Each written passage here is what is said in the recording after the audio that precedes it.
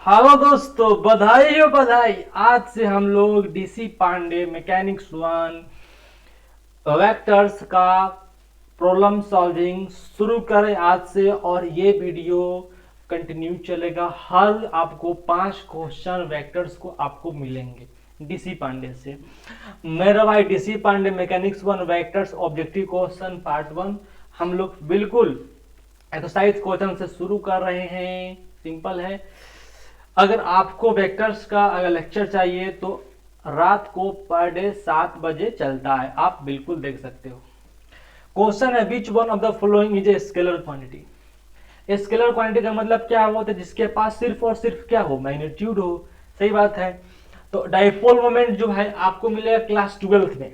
ये आपने 11th class के केमिस्ट्री में पढ़ा होगा कि डाइपोल मोमेंट जो होता है स्मॉल चार्ज सेपरेटेड बाय या वेरी स्मॉल डिस्टेंस एल होता है। तो P equals to Q into L पढ़ा होगा।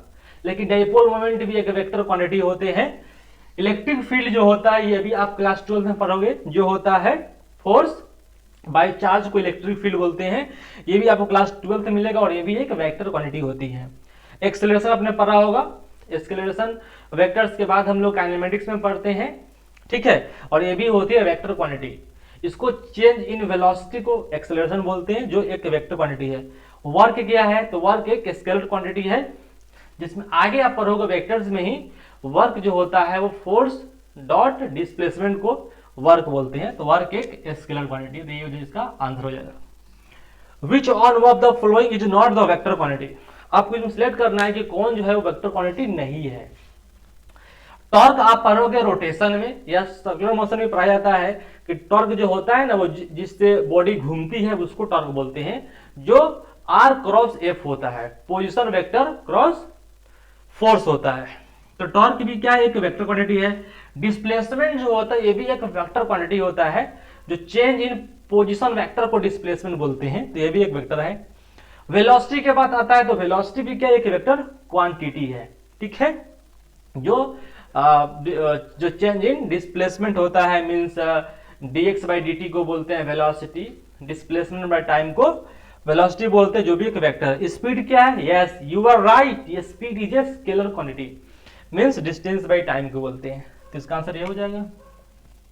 देखो मैं हर क्वेश्चन को आपको समझा के करूंगा, हर क्वेश्चन को साथ एक एक्स्ट्रा बात भी पढ़ूंगा, शॉर्ट ट्रिक भी मैं बताऊंगा, ठीक है दोस्तों। तो आप कंटिन्यू देखना, आपको इतना मतलब कंसेप्ट क्लियर हो जाएगा ना कि अब कोई जवाब ही नहीं है। हर आप सवाल को सोल्व कर सकते हो। Which one is a vector quantity. आपको बताना है इसमें कौन जो है वेक्टर क्वांटिटी है। टाइम। टाइम क्या होती है दोस्तों? यस ये मैग्नीट्यूड है, ठीक है। यस तो टाइम क्या है दोस्तों? एक स्केलर क्वांटिटी है। टेम्परेचर क्या है? एक स्केलर क्वांटिटी है ना दोस्तों। टेम्परेचर भी क्या एक स्केलर क्वांटिटी है। मैग्नेटिक फ्लक्स ये भी आप पढ़ो क्लास 12th में।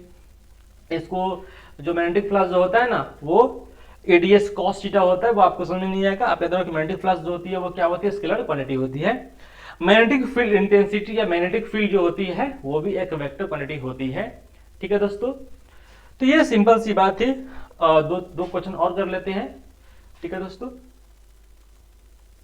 हेलो दोस्तों, अब जो है ना अब जो है वो क्वेश्चन नंबर 4 से हम लोग शुरू करते हैं, ठीक है दोस्तों। लिखा हुआ है minimum number of vectors of unequal magnitude which can give zero resultant.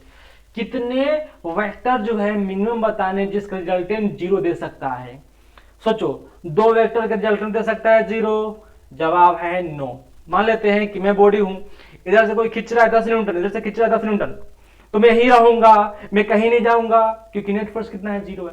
इधर 10 इधर 20, इधर चल जाऊंगा, क्योंकि दो अनइक्वल वेक्टर का मैग्नीट्यूड दो अनइक्वल वेक्टर का मतलब क्या है कि दोनों का मैग्नीट्यूड अलग लेना है। अगर दोनों का मैग्नीट्यूड अलग होगा तो मैं यहीं पे रह ही नहीं सकता हूं, या तो इधर जाऊंगा इधर जाऊंगा।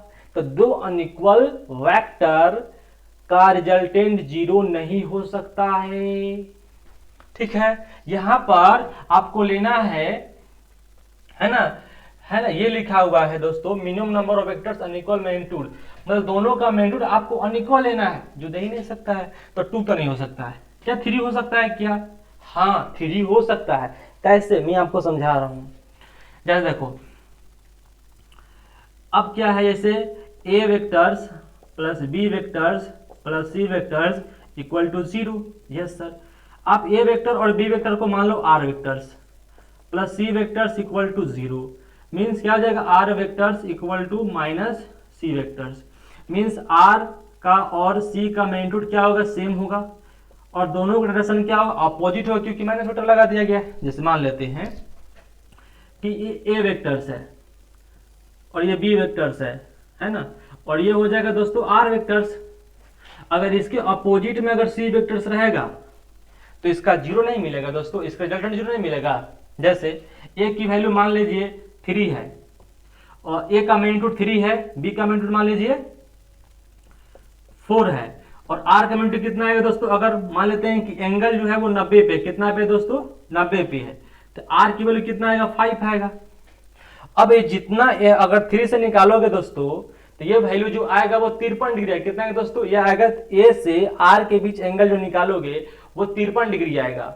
ठीक है, तो अगर ये एंगल 53 डिग्री पे है तो इसके जस्ट अपोजिट में अगर फोर्स लगाऊंगा, ये एंगल निकालोगे तो आपको मिलेगा 53 डिग्री। इसके अपोजिट में जस्ट मैं फोर्स लगाऊंगा तो क्या इसका रिजल्टेंट जीरो नहीं होगा, तो जवाब है यस होगा, यस होगा। तो मिनिमम कितना होगा दोस्तों जिसका रिजल्टेंट जीरो हो सकता है, तो आंसर होगा 3।